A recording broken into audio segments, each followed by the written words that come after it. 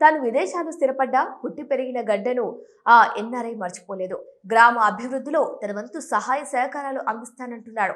ఇప్పటికే తన తల్లిదండ్రుల జ్ఞాపకార్థం నిరుపేదలకు, వృద్ధులకు, ఆపదలో ఉన్న కుటుంబాలకు నిరంతరం చేయూతను అందిస్తూనే ఉన్నారు ఎన్ఆర్ఐ సత్యం. ఆర్థిక ఇబ్బందులు ఎదుర్కొంటున్న పేద కుటుంబాలకు నెలకు 2,000 రూపాయల చొప్పున ఆర్థిక సాయం అందిస్తూ వారి జీవనోపాధికి భరోసా అందిస్తున్నారు.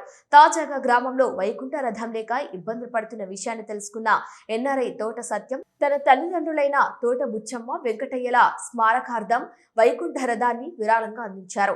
ఆర్థికంగా వెనుకబడిన కుటుంబాలకు అంతిమ సంస్కారాల నిర్వహణలో తోడ్పాటును అందించాలన్న ఉద్దేశంతోనే ఈ సేవను అందుబాటులోకి తీసుకొచ్చారు. ప్రజలకు ఉచితంగా లేదా అత్యంత చౌకగా వైకుంఠ రథాన్ని అందుబాటులో ఉంచనున్నట్లు తెలిపారు.